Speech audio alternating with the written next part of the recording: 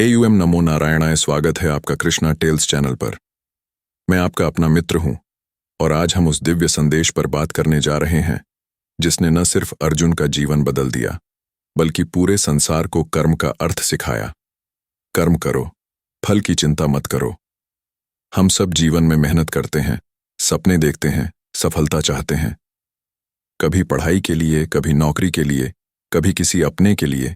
हम हर पल कुछ न कुछ करते ही रहते हैं, लेकिन बहुत बार हम कर्म से ज्यादा फल की चिंता में डूब जाते हैं। हम सोचते रहते हैं, अगर मेरा ये काम ना हुआ तो, अगर मुझे सफलता नहीं मिली तो, अगर लोगों ने मेरी मेहनत को नहीं समझा तो। यही चिंता हमें भीतर से तोड़ देती है। हम कर्म करने से पहले ही परिणाम के डर में जीने लगते हैं। परंतु भगवान श्री कृष्ण कहते हैं, कर्मण्येवाधिकारस्ते मा फलेषु कदाचन। तुम्हारा अधिकार केवल कर्म करने में है, फल में नहीं। इस एक वाक्य में जीवन का पूरा दर्शन छिपा है। श्री कृष्ण हमें सिखाते हैं कि इंसान का काम है कर्म करना, परिणाम की चिंता करना नहीं, क्योंकि फल का निर्णय ईश्वर के हाथ में है, हमारे नहीं। हम जितना परिणाम से बंधेंगे उतना ही असफलता का भय बढ़ेगा और हमारी एकाग्रता कर्म से हट जाएगी। जरा सोचिए, अगर कोई किसान बीज बोने से पहले ही इस सोच में उलझ जाए कि अगर बारिश ना हुई तो क्या वो खेती कर पाएगा? अगर कोई विद्यार्थी ये सोचता रहे कि अगर मैं पास नहीं हुआ तो क्या वो मन लगाकर पढ़ पाएगा? नहीं ना। कर्म हमेशा विश्वास से जुड़ा होता है और वही विश्वास हमें ईश्वर से जोड़ता है। भगवद गीता हमें सिखाती है कि कर्म को पूजा बनाओ, न कि बोझ। जब हम बिना फल की अपेक्षा के कर्म करते हैं, तब हम न केवल सफलता के करीब पहुंचते हैं बल्कि आत्मिक शांति भी पाते हैं, क्योंकि तब हमारा मन फल के भय से नहीं बल्कि कर्तव्य की भावना से प्रेरित होता है। आज की इस भागदौड़ भरी जिंदगी में लोग क्या मिलेगा में इतने फंस गए हैं कि क्या करना है भूल गए हैं। हर कोई नतीजे का भूखा है पर मेहनत में मन नहीं लगा पा रहा। इसीलिए आज जरूरत है फिर से गीता के इस अमर वाक्य को जीवन में अपनाने की। कर्म करो, फल की चिंता मत करो। दोस्तों, आज हम इस वीडियो में समझेंगे कि भगवान श्री कृष्ण ने ये बात क्यों कही, कर्म का असली अर्थ क्या है, फल की चिंता छोड़ने से जीवन कैसे सरल बनता है और कैसे हम अपने हर कार्य को एक दिव्य कर्म में बदल सकते हैं। तो चलिए शुरू करते हैं आत्मिक यात्रा, जहां कर्म भक्ति बनेगा और हर कदम हमें ईश्वर के और करीब ले जाएगा। जय श्री कृष्ण। AUM नमो नारायणाय। दोस्तों, आइए अब चलते हैं उस दिव्य भूमि पर जहां कर्म और धर्म का सबसे बड़ा पाठ पढ़ाया गया था, कुरुक्षेत्र का रण क्षेत्र। वहां खड़े हैं दो योद्धा। एक तरफ हैं अर्जुन, जो धर्म के लिए लड़ने आए हैं, और दूसरी ओर हैं उनके अपने द्रोणाचार्य, भीष्म पितामह, कौरव भाई। युद्ध शुरू होने ही वाला था। शंख बज चुके थे, रथों के पहिए धूल उड़ा रहे थे। अर्जुन ने अपने सारथी भगवान श्री कृष्ण से कहा, हे माधव, मेरा रथ युद्ध भूमि के बीच में ले चलो ताकि मैं देख सकूं कि मुझे किससे युद्ध करना है। कृष्ण मुस्कुराए और रथ को रणभूमि के मध्य ले गए। अर्जुन ने सामने देखा, अपने गुरु, अपने दादा, अपने भाई, अपने रिश्तेदार। क्षण भर में उसका मन बदल गया। वो धनुष नीचे रख देता है और कहता है, हे केशव, मैं ये युद्ध नहीं लड़ सकता। कैसे मैं अपने ही स्वजनों पर बाण चलाऊं? क्या ये पाप नहीं होगा? यही वह क्षण था जहां मानव का मोह और ईश्वर का ज्ञान आमने सामने था। अर्जुन भ्रम में था, उसका मन कर्तव्य और भावना के बीच टूट रहा था। और तब भगवान श्री कृष्ण ने गीता का अमर उपदेश दिया। कृष्ण ने कहा, हे अर्जुन, तू अपने कर्तव्य से मत भाग। तेरा धर्म है युद्ध करना और तेरा कर्म है न्याय के लिए खड़ा होना। तू केवल कर्म कर, फल की चिंता मत कर। फल की चिंता तेरी नहीं, मेरी है। कृष्ण ने अर्जुन से कहा, जब तू परिणाम की चिंता करता है तब तू अपने कर्म की शुद्धि खो देता है। तेरा कर्म तेरे हाथ में है, लेकिन उसका परिणाम नहीं। इसलिए परिणाम की चिंता छोड़कर कर्म में मन लगा। ये सिर्फ अर्जुन के लिए नहीं कहा गया था, ये हम सब के लिए कहा गया था, क्योंकि हम सब किसी न किसी रूप में अर्जुन ही तो हैं। कभी रिश्तों में, कभी करियर में, कभी अपनी भावनाओं में उलझे हुए। हम भी हर दिन किसी न किसी कुरुक्षेत्र में खड़े होते हैं, जहां एक तरफ हमारा कर्तव्य होता है और दूसरी तरफ हमारी भावनाएं। अर्जुन का युद्ध सिर्फ बाहरी नहीं था, वो भीतर का युद्ध था। और श्री कृष्ण का संदेश था, अपने मन के मोह को त्यागो, अपने धर्म को अपनाओ। क्योंकि जब इंसान फल की चिंता में उलझ जाता है तो वो अपने कर्म का सौंदर्य खो देता है। कृष्ण ने कहा, फल की आसक्ति ही दुख का कारण है। जब तू निष्काम होकर कर्म करेगा तभी तू शांति पाएगा। उन्होंने यह भी कहा, जो व्यक्ति अपने कर्म को ईश्वर को अर्पित करता है वो पाप या पुण्य से मुक्त हो जाता है, क्योंकि तब उसका हर कर्म भक्ति बन जाता है। उस क्षण अर्जुन का भ्रम मिट गया। उसने सिर झुकाकर कहा, हे केशव, अब मैं आपके कहे अनुसार कर्म करूंगा। और तब अर्जुन ने धनुष उठाया, क्योंकि अब वह फल के लिए नहीं, धर्म के लिए युद्ध लड़ रहा था। दोस्तों, यही कर्मयोग है, जहां हम अपने कर्तव्य को बिना भय और बिना आसक्ति के करते हैं। जब हमारा हर कर्म ईश्वर को समर्पित होता है तो हम कर्म के बंधन से मुक्त हो जाते हैं। कुरुक्षेत्र का यह प्रसंग हमें सिखाता है कि कर्म से भागना नहीं चाहिए, बल्कि उसे पूर्ण श्रद्धा और समर्पण से करना चाहिए। क्योंकि जब हम फल की चिंता छोड़ देते हैं तभी हम वास्तव में जीना शुरू करते हैं। अर्जुन का युद्ध एक उदाहरण है कि जीवन के हर निर्णय में हमें भगवान श्री कृष्ण की इस शिक्षा को याद रखना चाहिए, कर्म करो, फल की चिंता मत करो। दोस्तों, अब आइए समझते हैं कर्म का असली अर्थ क्या है। क्योंकि बहुत से लोग कर्म शब्द को सिर्फ काम या मेहनत समझ लेते हैं, लेकिन भगवान श्री कृष्ण के अनुसार कर्म सिर्फ शारीरिक कार्य नहीं है, बल्कि वो एक भावना, एक दृष्टि और एक कर्तव्य का बोध है।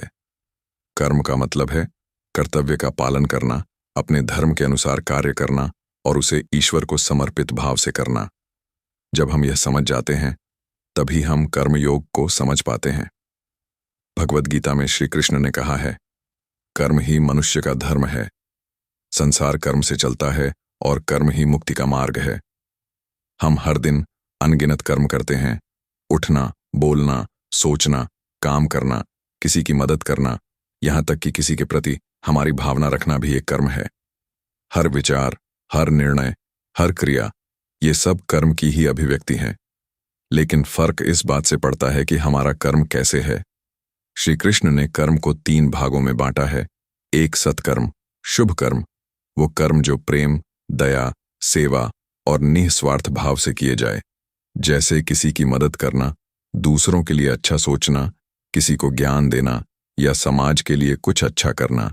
सत्कर्म वह है जो हमारे अहंकार से नहीं, बल्कि हमारे आत्मा से निकलता है।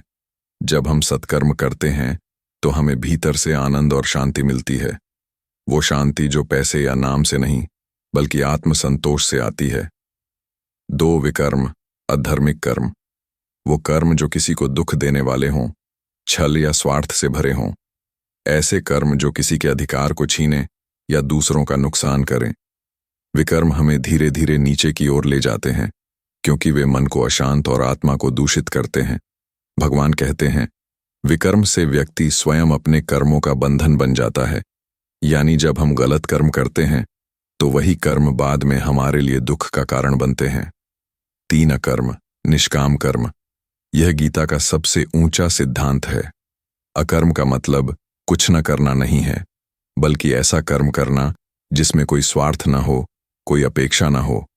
जब हम कर्म को ईश्वर को अर्पित कर देते हैं तो वह कर्म हमारे लिए बंधन नहीं, बल्कि मुक्ति का साधन बन जाता है। श्री कृष्ण ने कहा, जो व्यक्ति अपने कर्म को ईश्वर को समर्पित करता है वह कर्म के बंधन से मुक्त हो जाता है। दोस्तों, कर्म का असली मूल्य परिणाम में नहीं, भावना में है।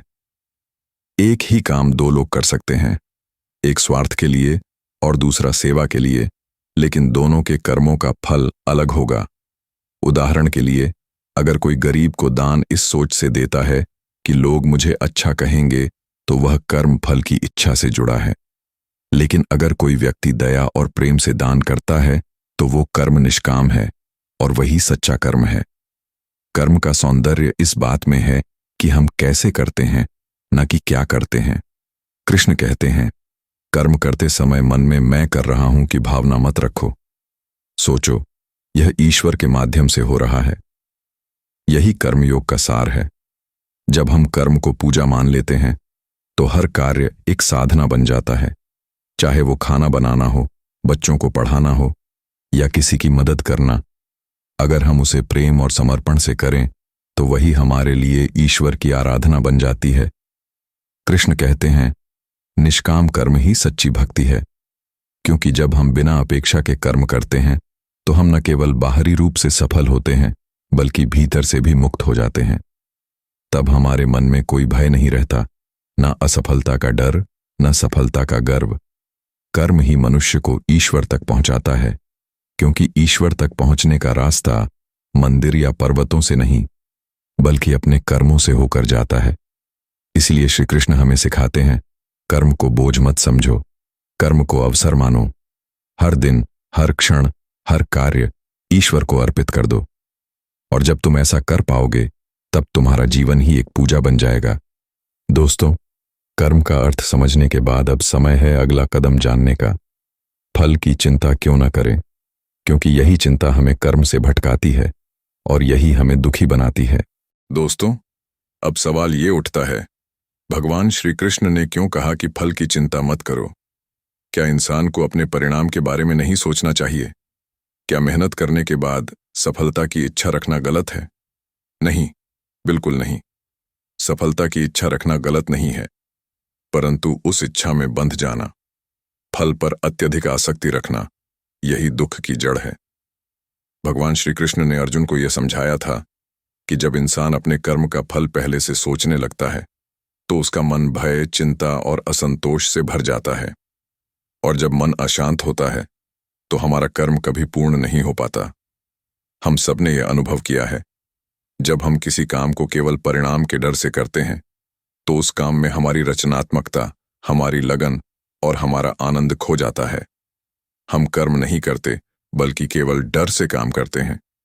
भगवान श्री कृष्ण कहते हैं, फल की चिंता करने वाला व्यक्ति कभी शांति नहीं पा सकता, क्योंकि उसका मन हमेशा भविष्य में भटकता रहता है। जब हम क्या मिलेगा में उलझे रहते हैं तो हम क्या करना है भूल जाते हैं। यही कारण है कि फल की चिंता ही कर्म की सबसे बड़ी शत्रु है।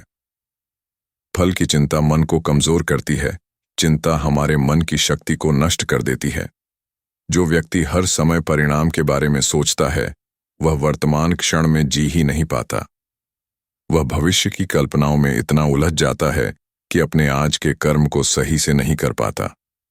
उदाहरण के लिए, अगर कोई विद्यार्थी परीक्षा से पहले ये सोचने लगे कि अगर मैं फेल हो गया तो वो पढ़ाई पर ध्यान नहीं लगा पाएगा। उसका मन डर और तनाव में उलझा रहेगा। जबकि अगर वही विद्यार्थी नतीजे की चिंता छोड़कर पढ़ाई में मन लगा दे तो उसका ध्यान और आत्मविश्वास दोनों बढ़ जाते हैं। यही बात जीवन के हर क्षेत्र में लागू होती है, चाहे वो नौकरी हो, व्यापार या रिश्ते। जब हम फल की आसक्ति छोड़ देते हैं तो हमारा कर्म शुद्ध हो जाता है और तब सफलता अपने आप हमारे कदम चूमती है। फल पर ध्यान देने से कर्म का सौंदर्य मिटता है। भगवान कहते हैं, कर्म सुंदर तब होता है जब उसमें आसक्ति न हो। अगर कोई कलाकार चित्र बना रहा है और हर पल सोचता है कि लोग इसे पसंद करेंगे या नहीं, तो वह चित्र की सुंदरता खो देगा। लेकिन अगर वही कलाकार अपने दिल की भावना से चित्र बनाए तो उसमें आत्मा झलकेगी और वही कला अमर होगी। कर्म में सुंदरता तब आती है जब हम उसे पूजा समझकर करते हैं, ना कि सौदेबाजी की तरह। मैं इतना करूंगा तो बदले में मुझे क्या मिलेगा? जब तक कर्म सौदा रहेगा तब तक उसमें प्रेम नहीं आएगा, और जब प्रेम नहीं होगा तो उसमें ईश्वर भी नहीं होगा। फल की चिंता से पैदा होता है भय और तुलना। आज के समय में हम सब तुलना में जीते हैं। कौन ज्यादा कमा रहा है, कौन आगे बढ़ गया, किसका नाम हुआ। इस तुलना ने इंसान को असंतोषी बना दिया है। पर गीता कहती है, दूसरों से नहीं, अपने आप से तुलना करो। हर दिन खुद से पूछो, क्या मैं कल से बेहतर कर्म कर रहा हूं? क्या मैं अपने कर्तव्य को निष्ठा से निभा रहा हूं? यही सच्चा विकास है।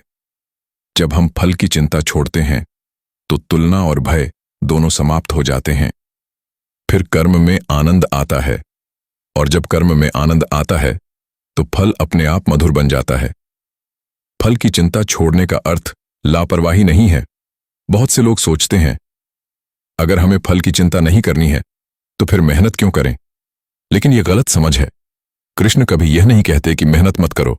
वो कहते हैं, मेहनत पूरी करो, लेकिन मन परिणाम से मुक्त रखो, यानी कर्म में पूर्णता रखो, परंतु फल में आसक्ति मत रखो।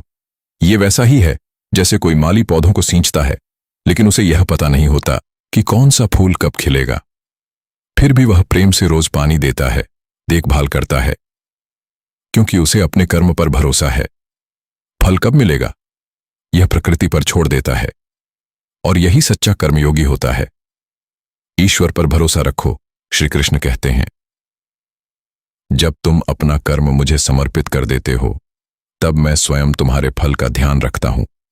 मतलब, जब हम कर्म ईश्वर को समर्पित कर देते हैं तो हमें परिणाम की चिंता करने की जरूरत नहीं रहती, क्योंकि तब फल भी ईश्वर के अनुसार ही होता है, और वही फल सबसे श्रेष्ठ होता है। ईश्वर हमेशा न्याय करता है।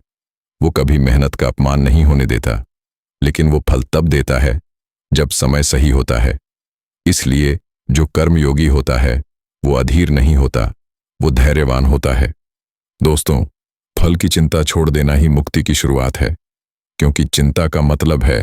दोस्तों, अब तक हमने समझा कि कर्म क्या है और क्यों हमें उसके फल की चिंता नहीं करनी चाहिए। अब आइए कुछ ऐसे जीवन के उदाहरणों से इसे महसूस करते हैं, जहां लोगों ने बिना फल की चिंता किए पूरे समर्पण से कर्म किया, और अंत में वही कर्म उनकी सबसे बड़ी पहचान बन गया। पहला उदाहरण, किसान का भरोसा। एक किसान हर साल अपने खेत में बीज बोता है। वो जानता है कि बारिश उसके हाथ में नहीं है, मौसम उसका आदेश नहीं मानता, पर फिर भी वो मिट्टी जोतता है, बीज डालता है और हर सुबह विश्वास से खेतों को देखता है। वो जानता है, मेरा काम है बोना, उगाना ईश्वर का काम है। वो कर्म करता है, लेकिन परिणाम के लिए चिंतित नहीं होता, और यही उसका विश्वास उसके कर्म को सफलता में बदल देता है। अगर किसान बारिश की चिंता में बीज ही न बोए तो कभी फसल कैसे उगेगी? वो हमें सिखाता है कि विश्वास ही निष्काम कर्म का बीज है। जब हम भरोसे से कर्म करते हैं तो जीवन में ईश्वर के आशीर्वाद अपने आप बरसते हैं। दूसरा उदाहरण, विद्यार्थी का धैर्य। एक विद्यार्थी पूरे साल मेहनत करता है, दिन रात पढ़ाई करता है, परीक्षाओं की तैयारी करता है, लेकिन अगर वह हर दिन यह सोचता रहे, अगर मैं फेल हो गया तो वह कभी ध्यान से नहीं पढ़ पाएगा। जबकि जो विद्यार्थी यह सोचता है, मुझे बस अपना सर्वश्रेष्ठ देना है, बाकी ईश्वर पर छोड़ना है, वही अंत में सबसे सफल होता है। फल की चिंता छोड़कर कर्म में मन लगाने वाला विद्यार्थी न सिर्फ अच्छा परिणाम लाता है, बल्कि जीवन में आत्मविश्वास भी पाता है, क्योंकि उसे पता होता है कि उसने अपना कर्म पूरा किया है। यही निष्काम कर्म की सच्ची परिभाषा है। पूरा कर्म करो, लेकिन मन शांत रखो। तीसरा उदाहरण, माँ का निस्वार्थ प्रेम। माँ पूरे जीवन अपने बच्चों के लिए काम करती है। वो सुबह से शाम तक उनकी देखभाल करती है, कभी भूखी रहती है ताकि बच्चे का पेट भर जाए, कभी थकी होती है लेकिन चेहरे पर मुस्कान रहती है। क्या माँ कभी यह सोचती है कि मुझे बदले में क्या मिलेगा? नहीं, वो सिर्फ प्रेम से कर्म करती है। उसका हर कार्य निस्वार्थ होता है, निष्काम होता है। माँ हमें यह सिखाती है कि निष्काम कर्म का मतलब त्याग नहीं, प्रेम है। जब कर्म प्रेम से किया जाता है तो वह पूजा बन जाता है, और ईश्वर उसी प्रेम में बस जाते हैं। चौथा उदाहरण, शिक्षक की सेवा भावना। एक सच्चा शिक्षक हर दिन अपने विद्यार्थियों को ज्ञान देता है। वह जानता है कि शायद कुछ बच्चे उसे याद भी न रखें, शायद उसकी मेहनत का फल उसे तुरंत न मिले, लेकिन फिर भी वह पढ़ाता है, समझाता है और प्रेरित करता है। वो जानता है कि उसका कर्म है ज्ञान देना, और परिणाम वो भविष्य की पीढ़ियों के हाथ में है। यही कारण है कि उसका काम अमर होता है। एक शिक्षक का हर शब्द, हर पाठ किसी न किसी जीवन को दिशा देता है। यह उदाहरण हमें बताता है कि जो अपने कर्म को सेवा मानता है वो कभी असफल नहीं होता। पांचवां उदाहरण, भगवान श्री राम और वनवास। भगवान श्री राम ने जब पिता के वचन को निभाने के लिए वनवास स्वीकार किया तो उन्होंने फल की चिंता नहीं की। उन्होंने यह नहीं सोचा कि मुझे राजगद्दी नहीं मिली या लोग क्या कहेंगे। उन्होंने सिर्फ अपना कर्तव्य निभाया। वो जानते थे कि धर्म का मार्ग कठिन होता है, लेकिन उन्होंने कहा जो होगा वह ईश्वर की इच्छा से होगा। राम ने हमें सिखाया कि धर्मपूर्वक किया गया कर्म ही सच्ची सफलता है। फल चाहे जो भी मिले, कर्तव्य से पीछे हटना ही असली हार है। छठा उदाहरण, कर्मयोगी कर्मकार कभी किसी मंदिर में देखिए किसी मूर्तिकार को चुपचाप पत्थर पर छेनी चलाते हुए। वो दिन रात पत्थर को तराशता है, न जाने कितनी बार चोट करता है, लेकिन उसे इस बात की चिंता नहीं होती कि लोग मेरी मूर्ति को पहचानेंगे या नहीं। वो बस अपने काम में लगा रहता है और एक दिन वही पत्थर भगवान की मूर्ति बन जाता है। क्यों? क्योंकि उसका कर्म शुद्ध था, निस्वार्थ था, प्रेम से भरा था। यही है निष्काम कर्म, जहां फल से ज्यादा कर्म की साधना महत्वपूर्ण होती है। दोस्तों, इन सभी उदाहरणों में एक बात समान है, इनमें किसी ने भी फल को पकड़कर नहीं रखा। हर किसी ने कर्म को पकड़ा और फल अपने आप उनके पास आया। भगवान श्री कृष्ण कहते हैं, जब तुम फल की चिंता छोड़कर कर्म करते हो तब ईश्वर स्वयं तुम्हारे कर्म का फल बन जाते हैं। मतलब यह कि जब हम निस्वार्थ भाव से काम करते हैं तो जीवन में वही फल आता है जो सबसे उचित होता है। हो सकता है वो फल तुरंत न मिले, परंतु जब मिलता है तो स्थायी होता है और हमें भीतर से शांति देता है। इसलिए किसान, विद्यार्थी, दोस्तों, समय बदल गया है, जीवन की रफ्तार बढ़ गई है, पर इंसान के भीतर की बेचैनी और चिंता पहले से कहीं ज्यादा बढ़ गई है। हर कोई दौड़ में है, कोई सफलता के पीछे, कोई नाम के पीछे, कोई पैसे के पीछे। हर कोई फल चाहता है, पर किसी के पास शांति नहीं है। ऐसे समय में भगवद गीता का यह दिव्य संदेश, कर्म करो, फल की चिंता मत करो, पहले से कहीं अधिक प्रासंगिक हो गया है, क्योंकि यह केवल एक श्लोक नहीं, बल्कि आधुनिक जीवन के तनाव का समाधान है। एट करियर और नौकरी में गीता का संदेश। आज का युवा अपने करियर को लेकर चिंतित है। हर कोई कहता है, मुझे सफलता चाहिए, जल्दी चाहिए, पर जब सफलता नहीं मिलती तो निराशा घेर लेती है। गीता हमें सिखाती है, तुम्हारा अधिकार केवल कर्म पर है, यानी मेहनत करो, लेकिन परिणाम की जल्दी मत करो। अगर हम हर दिन अपने काम को पूरे मन से करें तो एक दिन सफलता अपने आप आएगी, लेकिन अगर हम हर पल परिणाम की चिंता करेंगे तो हम वर्तमान का आनंद खो देंगे। कई बार हम सोचते हैं, मुझे प्रमोशन क्यों नहीं मिला, मेरे साथ ऐसा क्यों हुआ।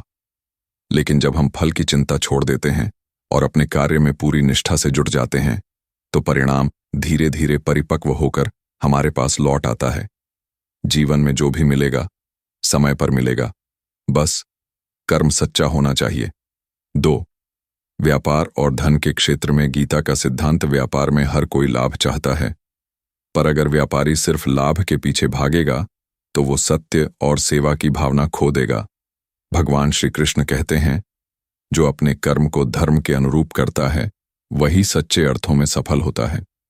अगर व्यापार में ईमानदारी और सेवा भाव हो तो वह व्यापार टिकाऊ बनता है। लाभ देर से आएगा लेकिन स्थायी होगा। फल की चिंता छोड़कर जब हम कर्म पर ध्यान देते हैं तो ईश्वर हमारे लिए नए रास्ते खोलते हैं। यही कारण है कि बड़े बड़े सफल लोग कहते हैं, हमने पैसे के लिए काम नहीं किया, काम के प्रेम में किया, पैसे खुद पीछे आए। 3 रिश्तों और परिवार में गीता का संदेश। आजकल हर रिश्ता अपेक्षाओं में उलझा है। मैंने इतना किया, उसने क्या किया, मैंने उसे समय दिया, उसने मुझे महत्व क्यों नहीं दिया। यही फल की चिंता रिश्तों को कमजोर करती है।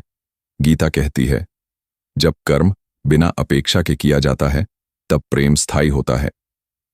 अगर हम अपने परिवार, दोस्तों या साथी से निस्वार्थ प्रेम करें बिना किसी अपेक्षा के तो रिश्ते अपने आप मधुर बन जाते हैं।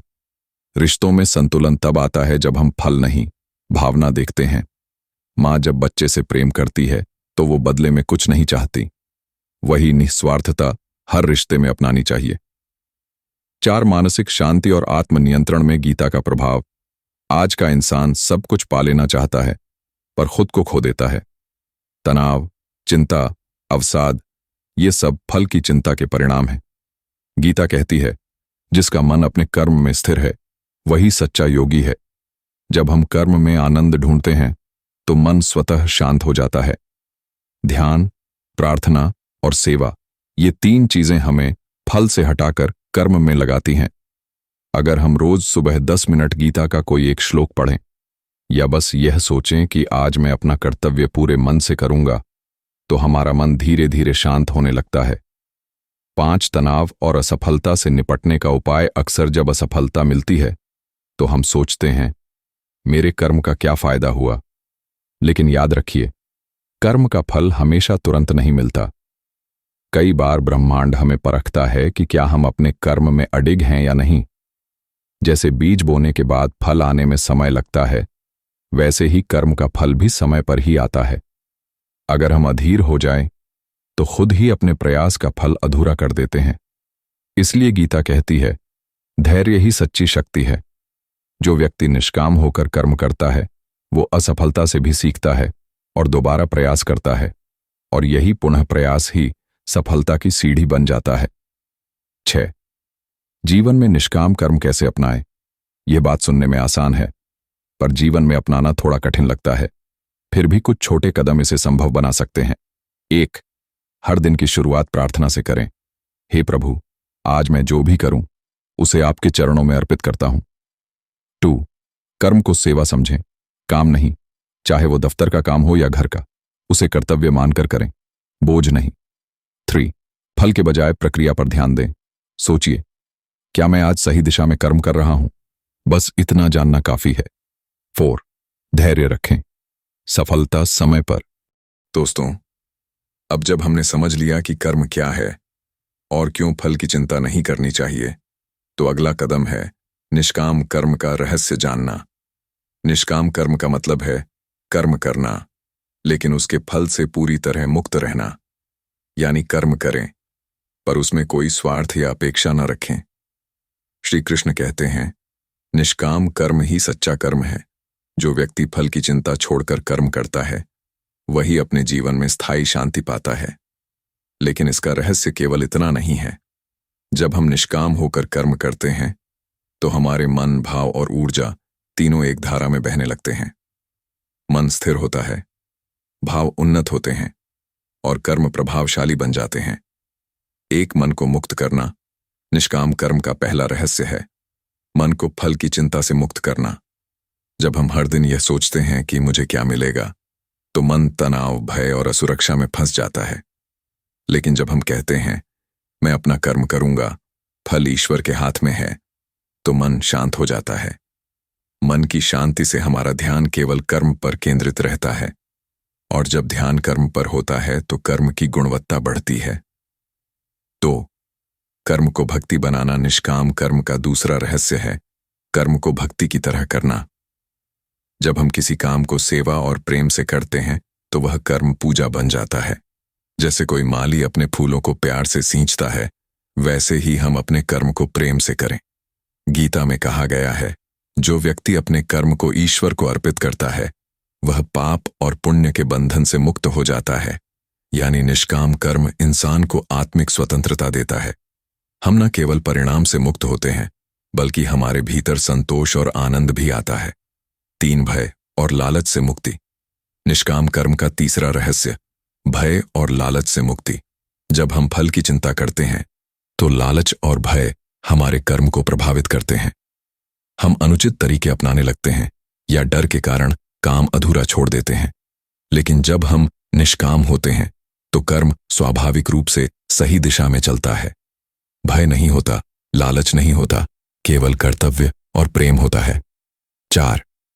कर्म में स्थिरता और एकाग्रता। निष्काम कर्म का चौथा रहस्य, कर्म में स्थिरता और एकाग्रता।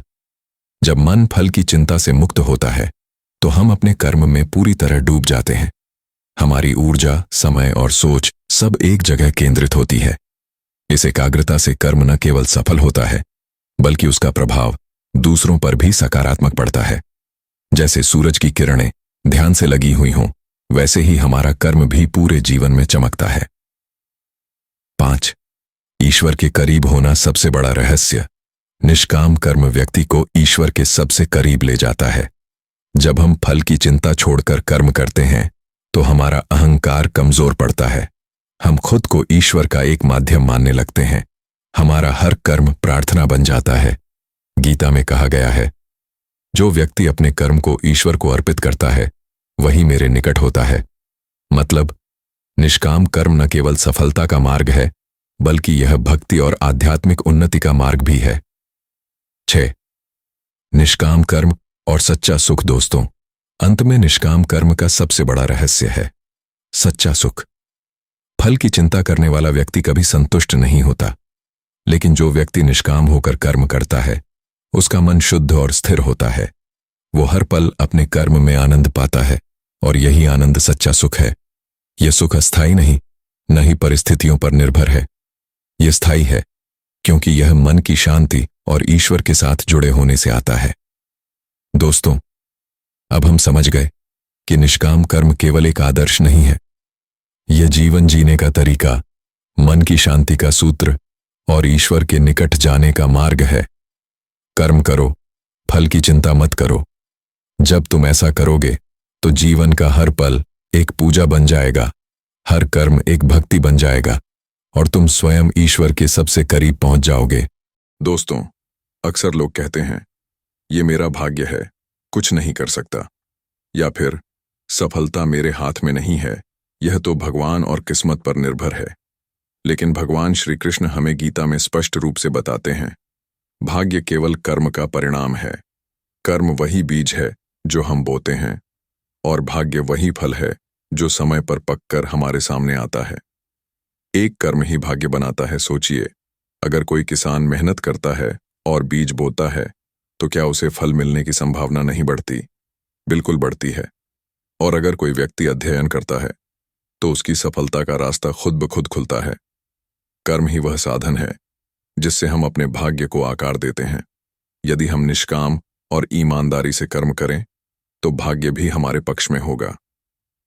गीता कहती है, जो व्यक्ति कर्म में स्थिर रहता है वह अपने भाग्य का स्वामी बन जाता है। मतलब भाग्य केवल इंतजार करने से नहीं आता बल्कि कर्म करने से आता है। 2. भाग्य के प्रति भय छोड़ो। बहुत बार हम कहते हैं, मेरा भाग्य खराब है इसलिए मुझे सफलता नहीं मिली। यह सोच मन में डर पैदा करती है और डर कर्म की ऊर्जा को कमजोर कर देता है। यदि हम भाग्य पर निर्भर रहें तो हम निष्क्रिय हो जाते हैं। हम कर्म नहीं करते, केवल शिकायत करते रहते हैं। लेकिन यदि हम कहते हैं, मैं अपना सर्वश्रेष्ठ करूंगा, फल भगवान के हाथ में है, तो हम सक्रिय हो जाते हैं। हमारा मन शांति और ऊर्जा से भर जाता है। 3 कर्म और भाग्य का संतुलन। भगवद गीता में संतुलन का बड़ा महत्व बताया गया है। कर्म करना हमारा कर्तव्य है और फल का आने देना भगवान का अधिकार। हमारा प्रयास और कर्म ही हमारे भाग्य का निर्माण करते हैं। भाग्य केवल अवसर देता है, लेकिन कर्म ही सफलता की कुंजी है। जैसे एक नाविक सही दिशा में अपनी नाव रोता है और पानी और हवा उसकी मदद करते हैं। यदि वह निष्क्रिय रहेगा तो कोई भी हवा या पानी काम नहीं आएगा। 4. भाग्य को दोष न बनाएं। कई बार हम असफलता के लिए भाग्य को दोष देते हैं। क्यों मेरी किस्मत खराब है? लेकिन वास्तव में असफलता अक्सर हमारे कर्म की कमी से आती है। गीता कहती है, फल केवल कर्म के अनुसार मिलता है, भाग्य केवल माध्यम है। यदि हम अपने कर्म को ईमानदारी और निष्ठा से करें तो कोई भी परिस्थिति हमें रोक नहीं सकती। भाग्य केवल समय और अवसर का संकेत देता है और हमारा कर्म वही दिशा देता है जिससे हम अवसर का पूरा लाभ उठा सकते हैं। 5. निष्काम कर्म और भाग्य का संबंध। जब हम निष्काम कर्म करते हैं, कर्म में मन लगाते हैं, पर फल की चिंता नहीं करते, तो भाग्य अपने आप हमारे पक्ष में आता है। क्यों? क्योंकि निष्काम कर्म हमारे मन से भय और लालच को दूर करता है। मन शांत और स्थिर होता है और हम हर परिस्थिति में सही निर्णय ले पाते हैं। इस स्थिति में भाग्य भी हमारे साथ होता है। हमारे कर्म और भगवान की इच्छा मिलकर हमें सफलता की ओर ले जाते हैं। यही निष्काम कर्म और भाग्य का रहस्य है। 6. आधुनिक जीवन में समझें, आज का समय तेज और चुनौतीपूर्ण है। हर कोई सफलता के पीछे भाग रहा है। पर अगर हम भाग्य पर निर्भर होकर बैठे रहेंगे तो हम खो जाएंगे। लेकिन यदि हम अपने कर्म को पूरी निष्ठा से करेंगे तो भाग्य अपने आप हमारे साथ हो जाएगा। जैसे एक अच्छी बीज से समय पर फल आता है, वैसे ही निष्काम कर्म से समय पर सफलता और सम्मान आता है। दोस्तों, कर्म और भाग्य का यह संबंध हमें यह समझाता है, हम अपने भाग्य के निर्माता हैं, लेकिन हमें इसे समझदारी से करना होगा। कर्म करें, फल को भगवान पर छोड़ दें, तब जीवन में संतुलन, सफलता और शांति तीनों मिलेंगे। दोस्तों, अब जब हम पूरे सफर को देख चुके हैं, कर्म क्या है, फल की चिंता क्यों नहीं करनी चाहिए, जीवन में निष्काम कर्म के उदाहरण, आधुनिक जीवन में गीता का संदेश, कर्म और भाग्य का संबंध और कर्म से मानसिक शक्ति, तो अब हम समझ सकते हैं कि निष्काम कर्म केवल एक सिद्धांत नहीं, बल्कि जीवन जीने की कला है, एक कर्म की सच्चाई। कर्म करना हमारा परम कर्तव्य है। जीवन में जो कुछ भी हमारे हाथ में है, वही हमारा कर्म है, लेकिन परिणाम हमारे हाथ में नहीं। श्री कृष्ण ने अर्जुन से कहा, तुम्हारा अधिकार केवल कर्म करने में है, फल में नहीं। यही वह रहस्य है जो हमें मानसिक शांति, स्थिरता और आत्मविश्वास देता है। हम जानते हैं कि हम अपने स्तर पर सर्वोत्तम प्रयास कर रहे हैं। फल का परिणाम ईश्वर पर छोड़ना मन को भय और चिंता से मुक्त कर देता है। 2. जीवन में संतुलन। निष्काम कर्म हमें जीवन में संतुलन सिखाता है। जब हम कर्म में लगन और निष्ठा रखते हैं और फल की चिंता नहीं करते, तो हम तनाव और चिंता से मुक्त हो जाते हैं। हमारा मन स्थिर रहता है और जीवन का हर पल आनंद से भर जाता है। संतुलन सिर्फ मानसिक नहीं होता, बल्कि भावनात्मक और सामाजिक रूप से भी होता है। हम रिश्तों, काम और परिवार में संतुलित रहते हैं, क्योंकि हम चाहते नहीं कि कोई चीज हमारी खुशी का स्रोत बने। 3.